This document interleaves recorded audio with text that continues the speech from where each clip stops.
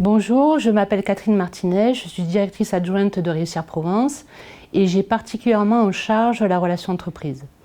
Cette structure porte le PLI, le plan local d'insertion pour l'emploi, sur le territoire Istres-Ouest Provence, avec un service relations entreprises plutôt musclé. Mise en relation, offre demande d'emploi, plan d'action filière et surtout animation du label Amplitude, qui est une démarche qui permet de mettre en lumière les bonnes pratiques des entreprises sur le champ social de la RSE.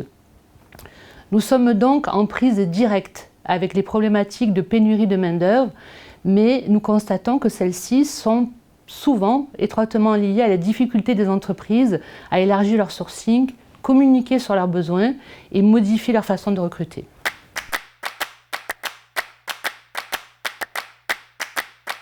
Face aux difficultés des entreprises à élargir leur sourcing à des publics issus de la diversité, nous avons décidé de mettre à disposition un véhicule qui pourrait sillonner le territoire et plus particulièrement les quartiers prioritaires pour aller à la rencontre des candidats sur un premier échange non formel autour d'un café. Le projet Estafette de l'emploi était né. Il permet la rencontre de deux mondes qui, dans un process de recrutement traditionnel, c'est-à-dire annonce, présélection sur CV et entretien, ont peu de chances de se trouver. Ce sont donc des permanences bimensuelles sur les marchés des villes, des lieux de brassage de population, avec 1 à 3 entreprises à chaque sortie. L'Estafette de l'emploi est donc une réponse concrète, de proximité et qui s'inscrit naturellement dans le plan de lutte contre les discriminations à l'embauche.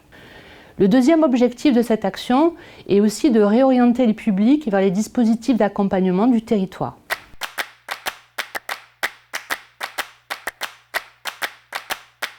L'Estafette de l'emploi est aujourd'hui bien identifiée. La communication est relayée via les réseaux sociaux, les radios et les sites internet des villes. 38 permanences ont été effectuées sur 2021 et 371 personnes rencontrées, 209 mises en relation avec les entreprises, 31 contrats de travail signés et 75 personnes réorientées vers les différents dispositifs comme la mission locale, Pôle emploi ou le PLI. Les restrictions sanitaires et la météo sont des paramètres qui peuvent impacter sur le bon déroulement de cette action. Aussi, en 2022, nous allons expérimenter d'autres lieux et d'autres formes de permanence.